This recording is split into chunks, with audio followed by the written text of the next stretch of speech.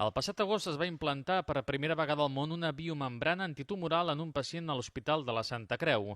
Això va ser possible gràcies a la investigació que està duent a terme l'empresa Cebiotex, en la que hi participa l'Institut d'Investigació Tèxtil i Cooperació Industrial de Terrassa, l'Intexter. Aquesta membrana està feta amb nanofibres i s'implanta just a la zona del cos on s'acaba d'extreure un tumor.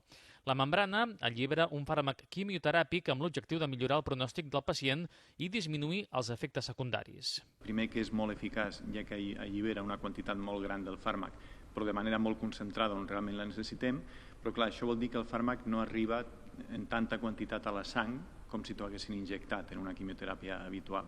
Això vol dir que altres òrgans no es veuen afectats i això vol dir que clar, els efectes secundaris són pràcticament inexistents, mentre que en una quimioteràpia tots sabem que en la majoria dels casos els efectes secundaris són molt importants. Aquesta biomembrana es troba en la fase 1 de la investigació i caldrà encara uns 5 anys més de proves perquè es pugui validar i comercialitzar.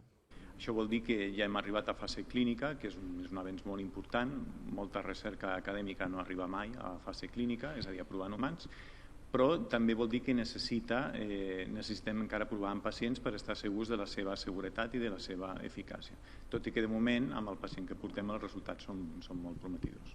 L'objectiu dels investigadors és que aquesta membrana es pugui convertir en estàndard del tractament oncològic amb un enfocament especial per a pediatria. Per això hi està involucrat l'Hospital Sant Joan de Déu. Per seguir amb la investigació calen diners i Cebiotex ha obert una ronda d'inversió per captar 1,6 milions d'euros.